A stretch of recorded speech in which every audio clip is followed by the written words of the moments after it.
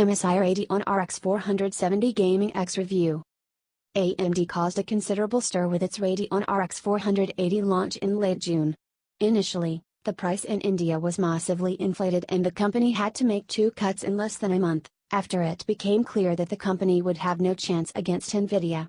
Supplies were limited worldwide, and only a few reference cards were available, with custom designs nowhere in sight for ages. Then it emerged that AMD's reference cards were drawing too much power, which forced the company to release software designed to lower performance in order to reduce power draw. Things have settled down though, and the Radeon RX 480 has become a popular choice for gamers, more than holding its own against Nvidia's offerings. Performance actually increased with subsequent driver releases, and supply has stabilized. Even better, it seems as though games that are patched to take advantage of DirectX 12 actually do a lot better than benchmarks at launch time indicated.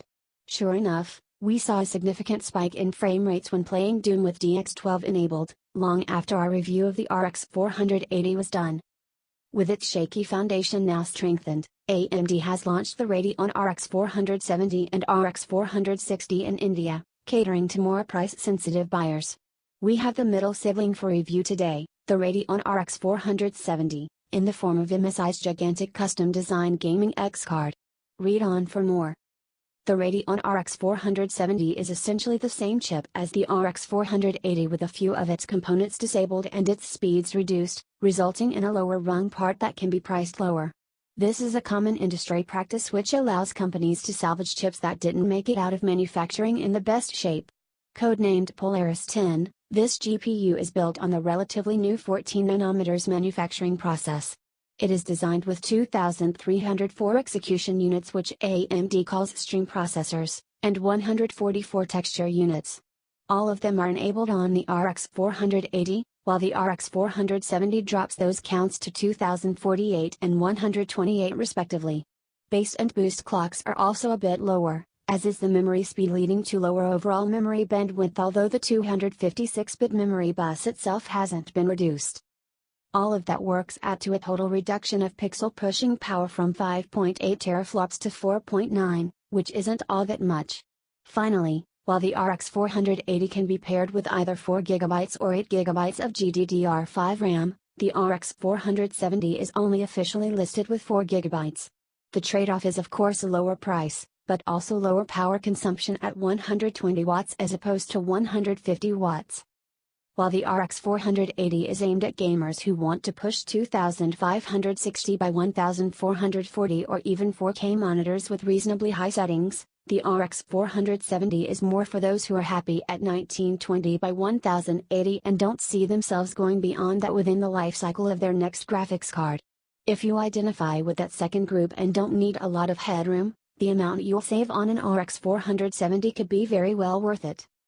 MSI's custom cards tend to be massive, with much more going on than just a custom cooler.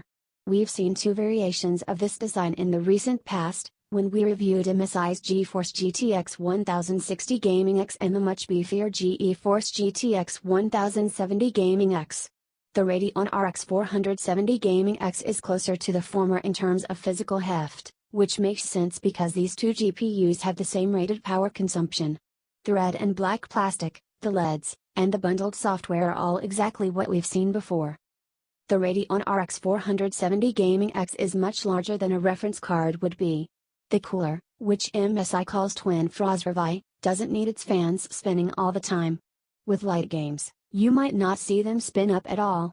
The company also claims to use military-class power circuitry components for longer life and more stable operation. There are two HDMI 2.0B and two DisplayPort 1.4 outputs on the rear, plus one legacy DVI-D port. Interestingly, the card has an 8-pin key power connector rather than the stock design's 6-pin connector, which allows the card to draw more than 150 watts of power despite being rated at 120 watts. This might be because of the card's overclocking potential or just to look good following the RX 480's struggles with drawing too much power. Speaking of overclocking, MSI ships this card with higher than default clock speeds. There are three modes to choose from in software: Silent, Gaming, and OC. Silent is the most conservative in order to keep heat and noise down, and this corresponds to the stock speed, which tops out at 1206 MHz. Gaming raises this to 1242 MHz, and MOC goes just a tiny bit further to 1254 MHz, but this mode also pushes the memory clock up from 6.6 GHz to 6.7 GHz. The card runs in gaming mode by default, which is how we tested it. We began with synthetic tests, most importantly 3D Mark. The classic Firestrike Extreme and Firestrike Unlimited scenarios gave us 10,144, 4,973 and 2,674 points respectively. The three tests correspond to gaming at 1080p, 1440p and 4K, so we see that this card hits a limit at 1080. We also ran the new DirectX 12 enabled time spy test, which gave us a score of 3,808.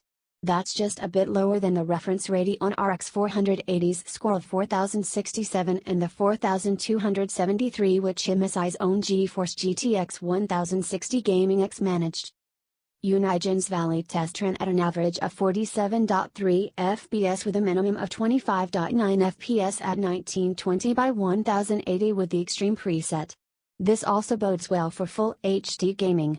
Starswarm, a frenetic space battle simulation, ran at 43.7 FPS in DirectX mode and 67.98 with AMD's mental optimization enabled.